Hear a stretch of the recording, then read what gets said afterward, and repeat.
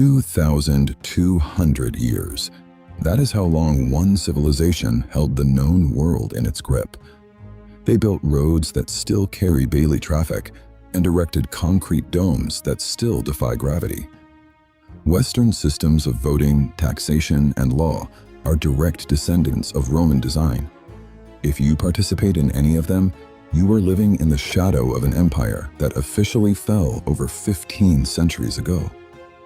We are going to look at the raw mechanics of their rise and the calculated bloodletting that made it possible. This is the story of how a small village on the Tiber transformed itself into the most influential civilization in human history. Understanding how Rome was built is a requirement for understanding the world we inhabit today. Their methods for acquiring and keeping power are still very much in use. According to the Romans themselves, their story starts in the ashes of Troy. When the Greeks burned that great city to the ground, a Trojan prince named Aeneas grabbed his elderly father and young son, and he fled into the dark.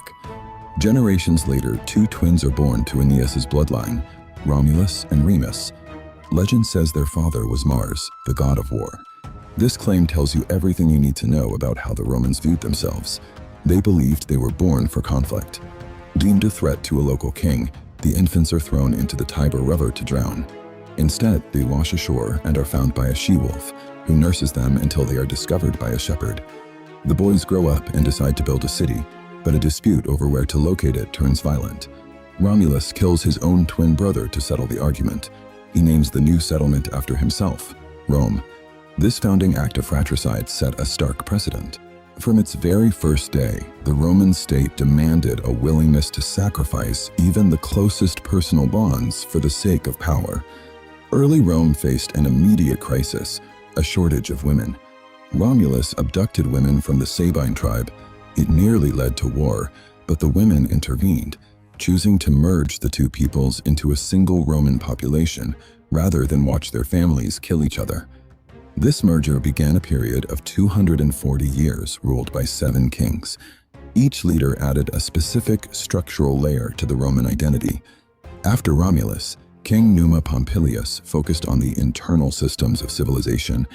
He established the priestly colleges, the religious rituals, and the calendar. He taught the Romans that survival required more than just fighting. It required a predictable, shared order. The third king, Tullus Hostilius, returned to military aggression. When he destroyed the city of Alba Longa, he introduced a strategy that would become Rome's most effective tool for expansion. He did not simply wipe the city off the map.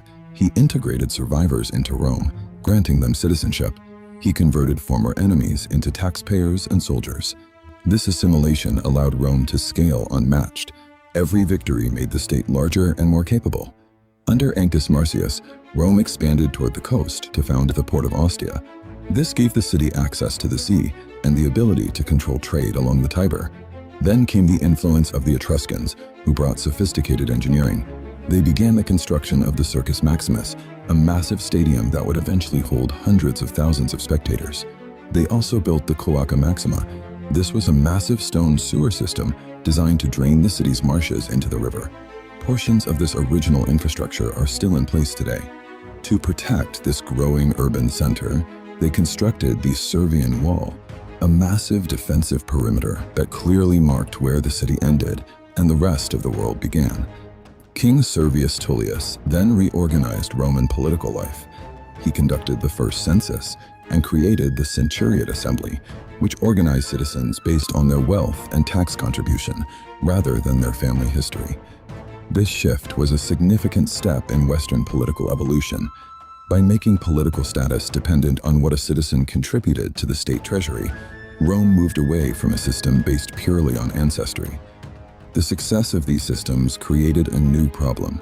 A city of this size and complexity could no longer function effectively under the absolute control of a single individual. The final king, Tarquin the Proud, ignored the Senate and ruled through fear. He seized the property of his rivals and governed without regard for the laws established by his predecessors. The breaking point came when the king's son committed a brutal act of violence against a noblewoman named Lucretia.